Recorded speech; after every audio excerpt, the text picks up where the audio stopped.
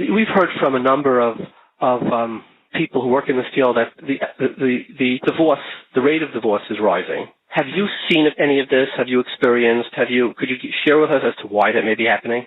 So really, it would seem to me, because when I get a woman in for coaching, very, very often they'll say, I'm really thinking of getting divorced.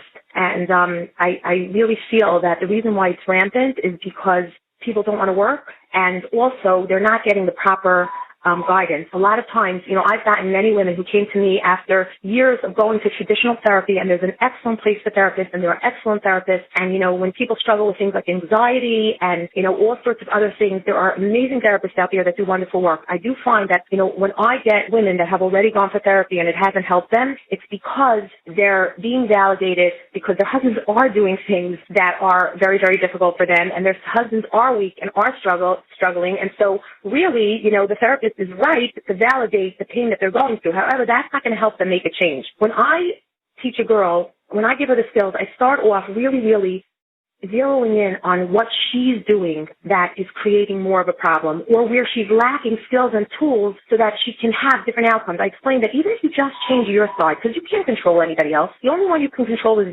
yourself. So when you change your behaviors and you change half of the equation, 1 + 1 will always be 2. You take your side and you take it from 1 to 2, now the end result is 3. And so when I go over with a woman, for example, what is a man's primary need in marriage? And they all know it's respect. They learn in seminary, they learn in high school. A man needs to feel respected by his wife. He wants to be admired. He wants to feel successful. And so when I ask a woman, what does that look like? 90% of women have no clue what that looks like. They'll say things like, make sure supper's on time, and, all sorts of things that really don't relate to respect at all. And what I tell them respect is, I say, before I want to tell you what respect is, I want to tell you a line from Pirkei Avos, and that line is, Sor me'ra v'aseh tov. Before you do anything good, you have to turn away from bad. What's the bad that you want to turn away from? You don't want to criticize your husband. You don't want to complain. When you fetch and you complain, you make him feel completely inadequate as a husband, because a man looks at his wife, he says, she's always miserable. How could I be doing a good job? And also, when a woman tries to control her husband, she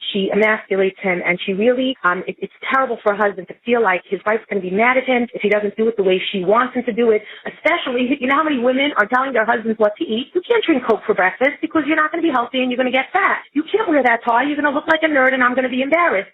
I don't like the way you drive, and on and on and on. You need to get up at this time, and women, the reason why they control, I explain to them, the reason why you want to control is because you're afraid. You're afraid that your husband's not going to be healthy, and you're afraid that if he smokes, his lungs are going to turn black. And, you're filled with fear, but really, all you're doing with those fears is diminishing your relationship with your husband. And so you want to stay away from all those bad behaviors. And then I teach them what's the aseh tov. The aseh tov is be a happy, light, relaxed, fun person. And how do you get there? Don't overwork. Women think, if I'm going to work 1 million hours a day and bring in this amount of money, if I'm going to make sure my house is sparkling clean and I have all the laundry folded and all those things, that's what's going to bring me to a good marriage. But really, if you do all that work and your husband comes home and you're scowling and frowning and your brows are knitted, you're not a pleasant person to come home to. And also, you can give your husband positive feedback. Only then, when a husband feels respected by his wife, they don't have to get into major disagreements and arguments. When she lets him know that something delights her and something is meaningful to her, he is only too happy to provide it because he feels so happy in the relationship.